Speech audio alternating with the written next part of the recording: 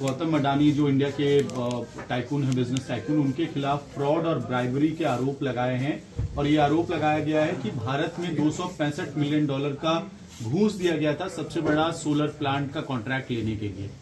देखिए, बार बार हम लोग ये कहते रहे हैं कि प्रधानमंत्री जी के मित्र गौतम अडानी पूरे दुनिया में भारत का नाम मिट्टी में मिलाने में लगे हुए हैं।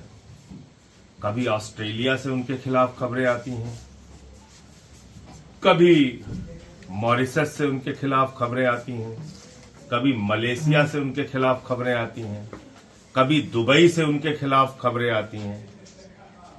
पूरे दुनिया में अडानी ग्रुप ने भारत का नाम मिट्टी में मिलाने में अपनी भूमिका निभाई है और इसमें मुझे अफसोस के साथ कहना पड़ रहा है कि भारतीय जनता पार्टी और देश की सरकार आदरणीय नरेंद्र मोदी जी पूरा देश तो उनके नाम नीलाम कर ही रहे हैं, बाहर भी जाते हैं तो उन्हीं के लिए धंधा दिलाने के बारे में सोचते हैं, उनकी चिंता उसी के बारे में होती है।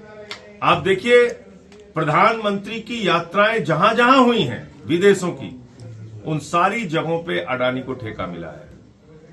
भारत में कोयला दे दिया, बिजली दे दिया, पानी दे दिया, गैस दे दिया, रेल दे दिया, सेल दे दिया, एयरपोर्ट दे दिया, पोर्ट दे दिया, आसमान से लेके पाताल तक, आकाश से लेके पाताल तक सब कुछ दे दिया। और ये जो मामला आया है सामने, जिसमें वहां की एक कमीशन ने ये पाया है कि लगभग $265 मिलियन की रिश्वत अडानी ने खिलाई है अमेरिका के अंदर कॉन्ट्रैक्ट पाने के लिए, ठेका पाने के लिए, बहुत ही गंभीर मामला है। भारत के प्रधानमंत्री को सामने आकर इसका जवाब देना चाहिए। सेबी का मामला खुलता है अडानी के खिलाफ, प्रधानमंत्री चुप रहते हैं। हिंडनबर्ग का मामला खुलता है, प्रधानमंत्री चुप रहते हैं। और अब तो उनके बहुत ही प्यारे दोस्त ट्रंप की सरकार है अमेरिका में, उस सरकार में भी अडानी के खिलाफ यह मामला सामने आया है। प्रधानमंत्री को सामने आकर बताना चाहिए।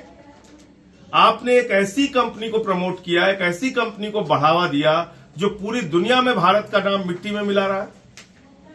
तो मैं समझता हूं कि अडानी के खिलाफ जितने भी मामले अब तक के पेंडिंग हैं, सबकी जांच सुप्रीम कोर्ट की मॉनिटरिंग में एक जांच एजेंसी के द्वारा कराई जानी चाहिए। और जो भी भ्रष्टाचार उन्होंने कर रखा है देश के अंदर और देश के बाहर, उसका सच देश के सामने आना चाहिए और उनके खिलाफ कार्रवाई होनी चाहिए। क्या इसके जेपीसी या पार्लियामेंट की भी किसी कमेटी की आप लोग मांग करने वाले हैं विपक्ष? अब वो हम लोग विपक्ष के लोग जब अभी पार्लियामेंट शुरू हो रहा है उस पर बैठक करके आगे की रणनीति तय करेंगे। लेकिन ये जरूर है कि अब ये साबित हो गया कि प्रधानमंत्री इंडिया के लिए नहीं, अडानी के लिए काम करते हैं, देश में हो या देश के बाहर। और आईएससी की बैठक आम आदमी पार्टी की कहा जा रहा है कि टिकट पहली सूची आ जा सकती है। आज अभी चर्चा विचार विमर्श होगा और उसके बाद जो फैसला होगा आपको बताया जाएगा। क्या आप लोग उस पर क्या मतलब रणनीति रहेगी टिकट वितरण को लेकर के, कि बहुत सारे लोग पार्टी। देखिए, आज की पॉलिटिकल अफेयर्स कमेटी में जो भी चर्चा होगी उसकी आधिकारिक सूचना मीटिंग खत्म होने के बाद आप लोगों को दी जाएगी। मीटिंग की बातें पहले से ही सार्वजनिक करना वो ठीक नहीं। कल जो एग्जिट पोल है महाराष्ट्र और झारखंड को लेकर, उस पर कैसे देखते हैं? देखिए, एग्जिट पोल ने अपनी विश्वसनीयता खो दी है। लोकसभा चुनाव के बाद लगातार उनकी आलोचना हो रही है जो एजेंसियां एग्जिट पोल करती हैं। लेकिन महाराष्ट्र में दो तरह के एग्जिट पोल आए हैं। कुछ लोग महाविकास आघाड़ी को जिता रहे हैं, कुछ लोग महायुति को जिता रहे हैं। मुझे ऐसा लगता है कि महाविकास आघाड़ी महाराष्ट्र के अंदर सरकार बनाएगी, चुनाव वहां पे जीतेगी।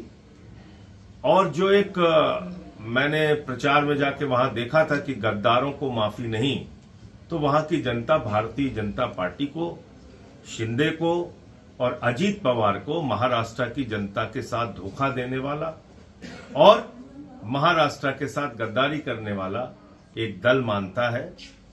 2 लाख करोड़ रुपए की योजनाएं महाराष्ट्र से गुजरात गई हैं, उसको लेकर भी वहां पे विरोध था। सर, जेपीसी को लेकर ये कहा जा रहा है कि आखिरी बैठक हो सकती है और एक हफ्ते बाद जो है वो अपनी रिपोर्ट। अरे भाई, अभी तो 700 पन्नों की मिनिस्ट्री की रिपोर्ट पे चर्चा करना ही बाकी है।